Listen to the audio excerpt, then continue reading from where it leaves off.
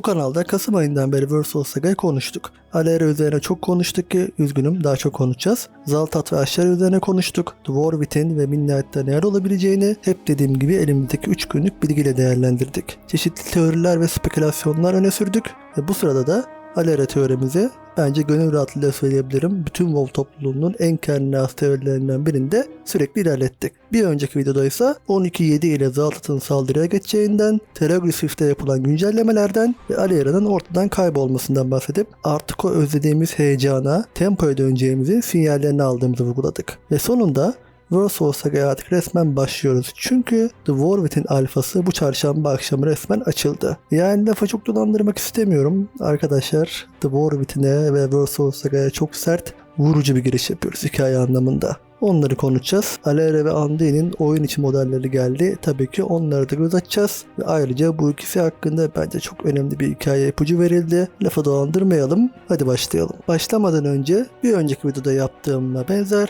daha ciddi bir uyarı yapmalıyım. Bu aşamadan sonrası The Dwarvit'ine dair çok ağır spoilerlar içeriyor. Haberiniz olsun. Hadi başlayalım. Here we go. Dun dun dun dun dun. Arkadaşlar, Dragonflight boyunca hep ne demiştiniz? Oyunun hikayesi durgun, her şey çok çiçek böcek, hikayenin bir sertliği, vuruculuğu yoktu değil mi? Sizce The Dwarvit ne? Nasıl başlayacağız? No radiance. No song. Dwarvit'in genel bakış sinematiğinde Alera'nın dalarını ziyarete geldiğini görüyorduk. Niye? Çünkü yaklaşan tehlikeyi elçiyi sezen Azeroth en özel çocuklarına, Anduin'e, Troll'a, Jaina'ya ve daha birçok tanıdığımız karaktere seslenmeye, onlarla konuşmaya başlamış. Ancak Alera'ya başka şeyler göstermiş. Azeroth Alera'ya elçiyi, Zalatat'ı göstermiş. Derinleri göstermiş, Zalatat'ın elindeki dar kartı, Iridikron'un geçtiği Void kapısını göstermiş. Alera da bunları konuşmak için Dalaran'a Khadgar'ı ziyarete gelmiş. Bundan da şu videoda 10.2'nin hikayesini özetlediğimiz videoda bahsetmiştik. Khadgar elçiden haberi olduğunu, bu konuyu araştırdığını ve eski bir dostuna da konuyu araştırmasını yardım etmesi için rica ettiğini söylemişti. O arkadaşı tabii ki Alera Windrunner. Bunlar çok eski iki dost. Bu yüzden de Alera belki Khadgar'a danışmak veya Zaltat hakkında öğrendiklerini paylaşmak için Dalaran'a Khadgar'ı ziyarete gidecek. Ama işte... Just the shadow taunting me from below. Arkadaşlar Dalaran yok olacak. Parça parça olacak, havaya uçacak. Evet, tam olarak ne yaşanacağını bilmiyoruz ancak Alfa'dan gelen görseller var. Bu görsellerden birinde Dalaran'da yaşanan bir yıkımı görüyoruz ve daha da önemlisi örümcek ağları var etrafta. Bu size hangi ırkı hatırlatıyor? Nerebianlar olması lazım. Peki Nerebianların işi ne Dalaran'da? Başka görsellere de bakarsak Kazalgar'ın kıyılarına düşmüşüz. Belki de Aleria ona seslenen bu karanlığın yerini tarif ettiği için Kazalgar'ı bulduk ama keşke bulmasaydık. Dediğim gibi saydığım bu 4 karakterin ölmelerini istemem. Ama bu saganın bizi çarpması, etkilemesi lazım. Bu yüzden maalesef bence bu ekipten en az biri gidici. Khadgar da ölebilir bu arada. Ya durup dururken hiç şaşırmam. Evet, bu saldırının ardından anladığımız kadarıyla bir sinematik giriyor. Tabii ki henüz yapım aşamasında olduğu için göremiyoruz. Troll, Jaina, Anduin ve Aleria Dornagal'da toplanıp yaşadıkları askeri kaybı konuşuyorlar. Khadgar için 1 dakikalık saygı duruşu. Khadgar'ı kaybetmişiz.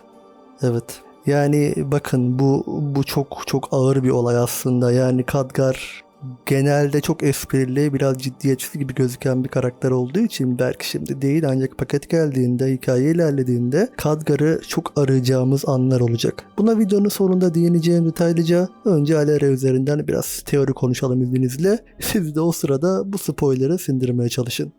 Şimdi buradan Alera'nın yeni modeline ve bu modelin size az önce bahsettiğim olayı analiz etmede nasıl bir önemi olabileceğini anlatmaya geçelim. Alera'nın bu Void Hunter modeli üzerine daha önce konsept çizimi üzerinden konuşup değerlendirmiştik. Yani bence tartışmasız şu an oyunun en iyi gözüken iki NPC'sinden biri. Zalatat ve Aleria. Fakat yani bu hissiyatı ben de aldım. Bu konuda yalan söyleyemem. Ben Aleria'nın eski o Ranger modelini de dönem dönem görmek isterim. Çünkü biz onu hep öyle gördük. Hep öyle tarif edildi. Yani anlatabilmişimdir umarım. Yani bir orman korucusuydu Aleria. Onun için ben o modeliyle dönem dönem tekrar görmeyi isterim fakat içimden bir ses bu model kalıcı olacak diyor. Belki de ya dediğim gibi aslında biraz üzücü bir durum. Bu kadar keskin bir model değişimi Aleria'nın hikayesindeki değişimi de temsil ediyor olabilir. Aleria artık yeşiller içindeki okçu, orman korucusu değil.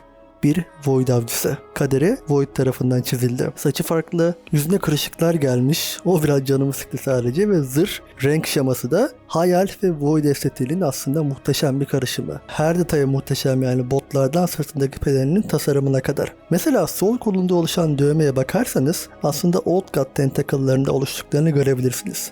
Niye acaba? Bir noktada durup dururken gerçekten tentacle'a dönüştüklerini düşünsenize. Tamam abartmayalım o kadar da değil. Ancak bu modelin Warcraft veya Aleria gibi hissettirmediğini söyleyenlere katılıyorum. Şu var, karakterin kişiliği, sesi, hikayesi aynı kaldığı sürece belki de görüntüsü önemli değildir. Ancak benim gibilerinin alışması gerekecek. Yani bu kadar keskin bir model değişimine verebileceğim en yakın örnek bence Jaina. Ama o modelin de aslında ne kadar harika olduğunu paket geldiğinde yanımızda göre göre sinematiklerde izleye anladık. Anduin'e de kısaca göz atarsak bence o da harika. Tabi şu var, Anduin'in bu modelini ilk CGI olarak gördüğümüz için oyun grafikleriyle karşımıza ilk çıktığında beğenmemiş olabilirsiniz ki çok normal. Ama Anduin'in gerçekten büyüdüğünü, belli bir yaşa geldiğini gösteren bir model bu. Şimdi Aleria üzerinden bu Dalaran saldırısının neden ve nasıl yaşanmış olabileceğine geçelim. Bu konuda aklımda belli bir senaryo var ancak neye bağlanabileceğinden emin olmadığım için birden fazla ihtimalle geleceğim. Dediğim gibi Feature Trailer'da Aleria'nın Dalaran'ı ziyarete geldiğini görüyoruz ve buradaki modeli bildiğimiz Aleria. Aleria Khadgar'a Zalatat hakkında öğrendiklerinden ve belki de gördüğü görülerden bahsetmeye gelmiş. Eğer Dalaran Isle of Dorne'a yaklaştıysa Zalatat ve Neribianlar bizi takip edip Aleria, Khadgar ve diğerlerini tuzağa düşürmüş olabilirler. Bence Zalatat saldırıya şahsen katılacak. İlk ihtimal Khadgar'ın bizi kurtarmak için hepimizi zorla Isle of Dorne'a ışınlaması ve ardından Dalaran'ın patlaması. Bu en tahmin edilebilir senaryo olsa da Varian'ın ölümüne benzer olduğu için bizi duygusal olarak çarpma, sarsma konusunda geri kalacağını hiç düşünmüyorum veya Zalatat Khadgar'ı şahsen öldürmüş de olabilir. Böylece potansiyel bir baş belasından kurtulmakla kalmayacak, Dalaran'ı yani biz oyuncuların çok değer verdiği bir alanında başımıza yakacak. Ancak bence daha da önemlisi Aleria ilk darbesini hem de çok ağır bir darbeyi burada vurabilir. Çünkü daha önce bahsettiğim gibi Khadgar aslında Aleria'nın en yakın, en eski dostlarından biri. Ve Zalatat Aleria'nın gözü önünde Khadgar'ı öldürecek. Ya kardeşim burada da mı olay Aleria diyeceksiniz? Videonun bir sonraki kısmını bekleyin. Başka bir ihtimal Zalatat Khadgar'ı öldürmekle kalmayacak. Aleria'da bir miktar Void büyüsü uygulayıp Aleria'nın formunun kalıcı olarak o Ranger halinden Void Hunter haline geçmesine sebep olacak. Veya Aleria Khadgar'ın öldüğünü görünce yaşayacağı üzüntü ve şok yüzünden kalıcı olarak bu hale dönüşecek. Bir diğer ihtimal ise hep bahsettiğimiz şeylerden biri Aleria'nın içinde kontrol etmesi çok güç, yıkıcı bir enerji taşıması. Khadgar'ın öldüğünü görmesi veya Zalatat'ın ona uygulayacağı baskı içinde biriken Void ve Arcane gücünü serbest bırakacağı yıkıcı bir patlamaya sebep olabilir. Bunun Aleria üzerinde yaratacağı baskıyı düşünün. Dalaran'ın yıkımından, dostunun ölmesinden dolayı kendini suçlayacak. Bunun üzerine bu olay sonrasında izleyeceğimiz sinematikte Jaina'nın ona saldırdığını bile görebiliriz belki. Çünkü Jaina zaten Aleria'ya karşı Void ile ilişkisinden dolayı çok önyargılı. Evi gibi gördüğü Dalaran'ı ve en yakın dostlarından birini Aleria'nın kontrolünü kaybetmesi yüzünden yitirirse sadece onun değil diğerlerinin de Aleria'ya karşı nasıl tavır alabileceğini hayal edin. Hatta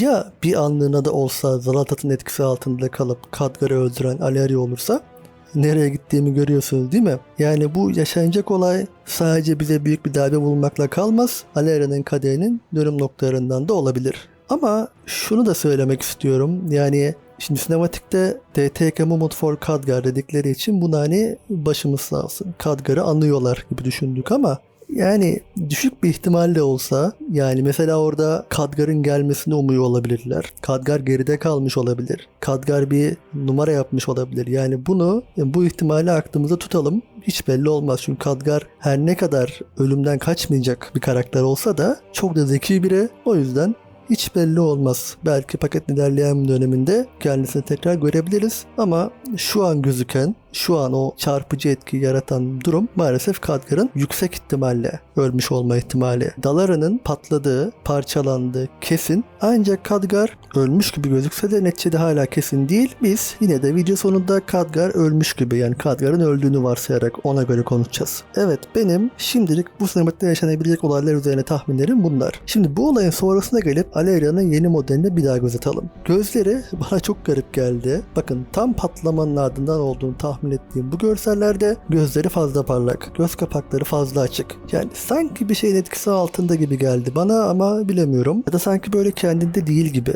Belki de olayın şokundandır veya yani çok basit düşününce alfa sürecinde olduğumuz için modeli ilerleyen süreçte düzenlenir. Hatta biraz daha ileri gidiyorum. Yüzünde karışıklıklar oluşmuş. Bu arada yüzü dediğim gibi biraz yabancı hissettirse de müthiş detaylı. Ya Zalatat, ne yaptın sen buna da bebek yüzlü hatunun yüzüne karışıklık basıp yüzünü çökerttin. Hatta biraz daha abartıp bu model üzerinden teorimizi kısaca güncelleyelim mi? Dikkatli izleyin. Anlayacaksınız. At the hour of her third death, she ushers in our coming. Birinci ölüm, ikinci ölüm, üçüncü ölüm. Gerçek yükselişi. Anladınız mı? Evet, burada aslında ilk kez resmi hikayeden biraz sapıyoruz çünkü Aliera daha önce ilk kere öldüğünü hissettiğini zaten söylemişti. Ama dediğim gibi birazcık sapıyoruz sadece, yani bir ihtimal olarak ilk ölümü Lura'nın özünü emerek Void Elf'e dönüşmesi.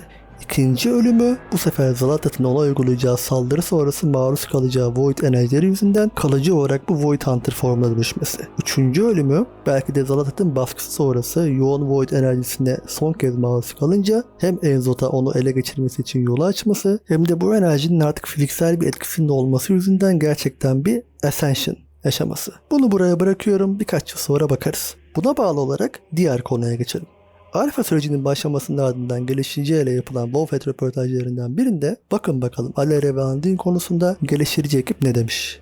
Bizim ana karakterlerimiz Alera ve Anduin olacak. Hikayeyi ilerletme konusunda en büyük rol onların olacak ve The War Within bu ikilinin içsel yolculukları ve kendilerini keşfetmeleri, geçmişin yaralarını sarmaları ve aslında kim olduklarını anlayacakları o son katmana inmelerini konu alacak. Bir de BlizzCon 2023'e dönelim.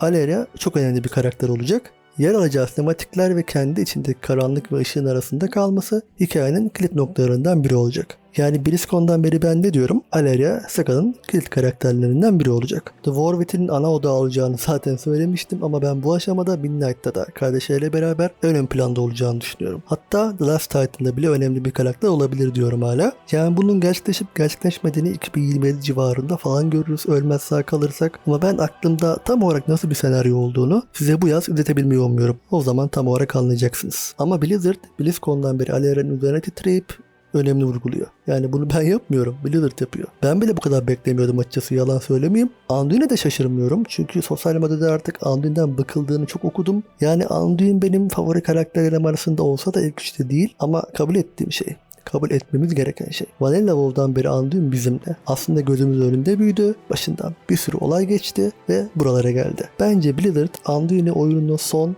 bitiş sinematiğine kadar bizimle tutacak. Ne olur bilemem ama oyunu bitirdiğimiz, yani Warcraft'ın hikayesinin kesin olarak bittiği anda göreceğimiz karakterlerden birinin Undyne Wrynn olacağına ben şahsen eminim. Şimdi aslında Zalatat ile ilgili de çok ilginç bir spoiler gördüm ama onu bir sonraki videoya saklamak istiyorum. Bir sonraki videoda Zalatat ve Aleria arasındaki çekişmeye bu sefer Zalatat'ın açısından bakacağız ve ben bu spoiler'ı da o videonun kurgusuna eklemek istiyorum. O yüzden kapanışı Warcraft evreninin en ikonik karakterlerinden birine son kez saygı duruşu yaparak gerçekleştirelim. Khadgar'ın eksikliğini hissedeceğimize ben adım gibi eminim. Yani video başında dediğim gibi bazen biraz ciddiyetsiz gözüken bir karakter olsa da onun o şakalarını, ortamı yumuşatmasını, bizi bufflamaya çalışırken canımızı bire düşürmesini ama öldürmemesini, toplattığı Apex kristallerini ben şahsen özleyeceğim. Bize bilgisiyle şu ana kadar ne kadar yardımcı olduğundan ve belki de ne kadar önemli bilgileri mezara götüründen bahsetmiyorum bile. Varian'ın eksikliğini Alliance veya Horde fark etmeksizin Legion ve Battle for Azeroth sırasında nasıl hissettiysek, Khadgar'ın da eksikliğini Saga boyunca hissettireceğini düşünüyorum. Bu aslında çok üzücü bir şey ama bir yandan da artık gerçekten çok tehlikeli bir sürece girdiğimizin ve kimsenin güvende olmadığının da bir kanıtı. Benim Medivh'in hikayeye bağlanmasında en büyük güvencem Khadgar'dı. Bu olayın ardından Medivh'in hikayeye nasıl bağlanacağını bekliyor olacağım. Belki de en sevdiği çırağının öldüğünü öğrenirse The War Within'in sonunda sürpriz bir şekilde ortaya çıkıp Khadgar'ın intikamını almak için Zata'ya karşı yanımda katılabilir. Yalnızca Alera değil, Turalyon bunu öğrenirse ne yapacak? Khadgar, Turalyon'un en yakın arkadaşıydı. Stormwind tahtını bırakıp Khadgar'a mı gelecek Turalyon? Tahtı boş bırakırsa o tahta Gen mi geçecek? Danat ve Kudran belki bir noktada gelebilirler bu haberi aldıktan sonra. Yani arkadaşlar, eğer Khadgar'ın ölmesinde Zalatat'ın payı olduysa ben Naifu Vaifu dinlemem. Açık konuşayım. Khadgar'ın ölmesinin uzun vadeli etkileri beklenenden daha büyük olabilir. Evet, neticede Chris Metzen ve ekibi World Soul Saga'nın Legion tarzında başlaması, karşımızdaki tehditten haberdar olmamız için müthiş bir senaryo hazırladılar gibi duruyor. O özlediğimiz, vurucu, sarsıcı ve bu o kadar duygusal anları ve sematikleri ben özellikle The War Within sırasında bol bol görmeyi bekliyorum ve açıkçası heyecanım her gün artıyor. Umarım sizde de aynı heyecan yavaş yavaş uyanmıştır ve videoyu sevmişsinizdir. Buraya kadar dinlediğiniz için teşekkür ederim. Teoriler ama daha önemlisi Khadgar'ın öldüğünü öğrenmenin sizde yarattığı etkiyi okumayı merakla bekliyorum. Bir sonraki videoya kadar saygılar, sevgiler. I came to Karazhan seeking knowledge. What I found was a reminder that no single person, not even a guardian, can stand against the Legion alone. As before, we must band together, united, for Azeroth.